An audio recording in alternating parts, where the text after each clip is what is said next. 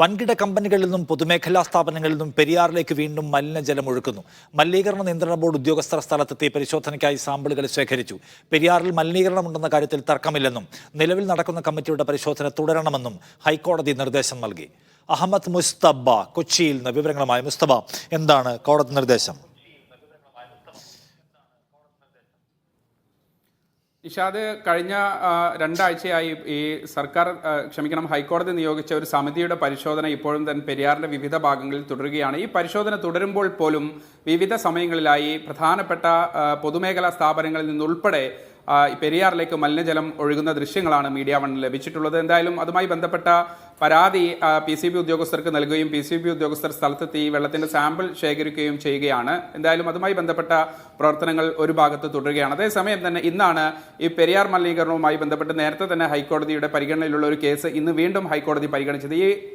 ഇന്ന് പരിഗണിച്ച കേസിലാണ് ചീഫ് ജസ്റ്റിസിന്റെ ബെഞ്ചാണ് ഈ കേസ് പരിഗണിച്ചത്. പ്രധാനപ്പെട്ട ചില നിരീക്ഷണങ്ങൾ ഹൈക്കോടതിയുടെ ഭാഗത്തു നിന്നുണ്ട്. പ്രത്യേകിച്ച് പെരിയാറിൽ മലിനീകരണം ഉണ്ടെന്ന കാര്യത്തിൽ ഒരു സംശയവുമില്ല, അക്കാര്യത്തിൽ ഒരു തർക്കമില്ല എന്ന് ഹൈക്കോടതി സംശയലേശമന്യേ പറയുന്നു, വ്യക്തമായി തന്നെ പറയുന്നു. മാത്രമല്ല, പ്രധാനപ്പെട്ട ചില കാര്യങ്ങൾ ഹൈക്കോടതി ചോദിക്കുകയാണ്. അതായത് ഈ പെരിയാറിന്റെ തീരത്ത് ജീവിക്കുന്ന ആളുകൾക്ക് ഒരു ആരോഗ്യ സർവേ നടത്തുന്ന കാര്യം സർക്കാർ പരിഗണിക്കണം. മാത്രമല്ല, അവർക്ക് ഇൻഷുറൻസ് പരിരക്ഷ നൽകുന്ന കാര്യം കൂടി ഇതോടൊപ്പം പരിഗണിക്കണം. മാത്രമല്ല, ഇപ്പോൾ നടക്കുന്ന ഈ സമിതിയുടെ പരിശോധന തുടരണം. പ്രത്യേകിച്ച് അമിക്കസ് ക്യൂറിയുടെ നേതൃത്വത്തിലുള്ള അന്ന് ആ സമിതി പരിശോധിച്ചപ്പോൾ ആ സ്ഥലത്തെത്തിയ ഉദ്യോഗസ്ഥർക്ക് പോലും ശ്വാസതടസ്സം ഉണ്ടാകുന്ന ചില പ്രശ്നങ്ങളുണ്ടായി. അത്തരത്തിൽ എന്തായാലും അവിടെ ആരോഗ്യ പ്രശ്നങ്ങളുണ്ട്, മലിനീകരണ പ്രശ്നങ്ങളുണ്ട് എന്നുള്ളൊരു കാര്യത്തിൽ തർക്കമില്ല. അതുകൊണ്ട് തന്നെ ഈ പരിശോധന തുടരണം. മാത്രമല്ല, PCB ഉദ്യോഗസ്ഥർ ആ പെരിയാറിന്റെ തീരത്തുള്ള കമ്പനികളുടെ ലിസ്റ്റ് നൽകണം. പ്രത്യേകിച്ച് NOC ഉൾപ്പെടെയുള്ള ഡീറ്റെയിൽസ് നൽകണം. ഏതൊക്കെ കമ്പനികൾക്കാണ് NOC ഉള്ളത് ഉൾപ്പെടെയുള്ള വിശദ വിവരങ്ങൾ ലഭ്യമാക്കണം. എന്തായാലും ഒരു വിശദമായ പഠനം ഇപ്പോൾ നടക്കുന്ന സമിതിയുടെ പഠനം തുടരണം. മാത്രമല്ല,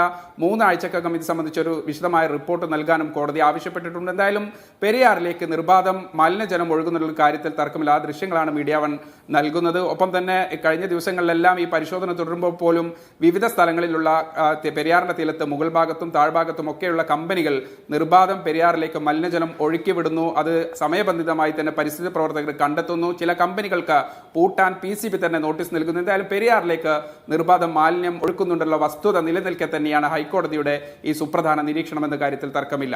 ഇഷാദ്.